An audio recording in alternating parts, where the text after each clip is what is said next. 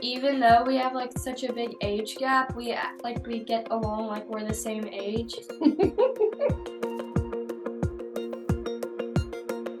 I live in an apartment downstairs. I just feel so happy to be living here and being with her and my daughter. She was growing up and I didn't want to miss that.